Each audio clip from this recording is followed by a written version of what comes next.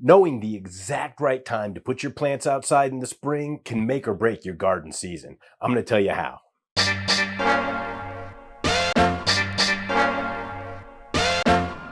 What's up everybody, welcome back to my channel. My name is Boss, I'm a gardener and a lover of all things spicy. Today I'm going to talk about when do you plant outside in your garden. So if you're like me and you've started all your seeds indoors in the winter, you've got these little seedlings growing that look great and you just can't wait to put them out in your garden. But when? There's a few things you'll want to know to make sure that you're putting your plants out at the right time, so let's get into it. So the first thing you're going to need to know is when is your average last frost date. Easy to find, just go to the Google machine, type average last frost date for whatever your zip code is, it'll show you. For me, that's May the 4th. Now, that doesn't mean on May 5th, I just go and toss all my peppers and tomatoes and things out into the garden. No way. That's just one piece of data that we're going to use.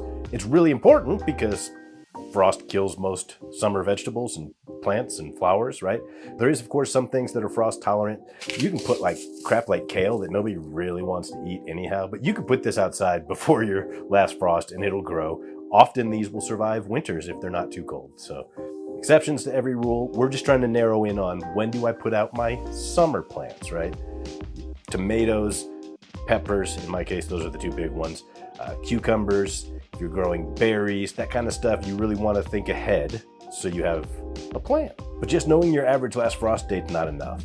Most of those plants that grow in the summer don't do well if the nighttime temperatures drop below about 50 degrees Fahrenheit. Now they won't die, right? Again, it takes frost to kill most of these plants. But if the nights drop below 50, if it's 42, 43 degrees out in your garden at night, it's going to slow their rate of growth. Plants thrive when it stays above 50 at night, so they're never getting too cold. That too cold signals to them, hey, maybe it's the end of the season and I need to start slowing down and getting ready to, reproduce and die. That's a weird way to put it, but that's what plants do. So getting that average last frost date and then look at historical temps in your area. You can look this up online too. Again, look at historical temperature record for your zip code. You'll find a bunch of different websites where you can look up, well, what were the temps like this time of year last year and the year before that and the year before that, and get an idea of, well, last frost might be May 4th. Usually it's probably closer to May 10th before I have warm enough nights to start putting things out. In some cases, it's even later. Real data matters, of course, so keep a real close eye on the forecast and put a thermometer out there. Unless the weather station for weather.com or whatever you use to look up your weather information happens to be in your backyard, it's different. So you'll want to know the temperature of your own garden. That makes a big difference, trust me. Microclimates are a real thing, and in my case, oftentimes with that good hot sunlight, while the temperature in the forecast might be 45 degrees at night, in my garden it's 52 to 53. It stays warm, it bakes in that heat. And so those are the key things that I'm looking for when I'm trying to narrow in on when I'm gonna plant out. It's pretty straightforward, but you gotta get it right. Too soon, you're gonna end up hurting your plants. If they don't get a frost, they just might slowly grow at first. Too late, and you might not have enough time at the end of the season. So that's another just kind of bonus important thing to think about. Look up your average first frost date in the fall. That's important so you know how long is your season actually going to be, approximately. If you're growing a whole bunch of, say, super hot peppers that need 120 to 160 days to ripen, probably not gonna have enough time if your season's only 110 days.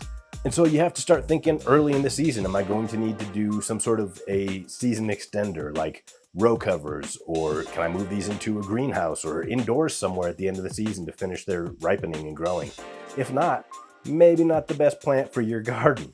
Ideally, you made those decisions up front when you were planning out your garden, but if you didn't and you're just trying to figure out when to go outside with them, you might get a little bit sad. So that's really all there is to it. But I can't stress how important it is that you actually pay attention and do this right. A lot of people, on Discord and stuff like to say, I'm just gonna YOLO it. Like, you can, right? And sometimes you're gonna be okay. But when you don't, and you know it was completely preventable, if you just put a little bit of effort in to plan out your garden, do a little bit of research and understand, hey, average last frost date is here. Historical temps in my area mean about 50 degrees at night during this time frame. And I know that I'm gonna be done about this time at the end of the season. You're gonna have a lot more success with that knowledge, right? Just do the work.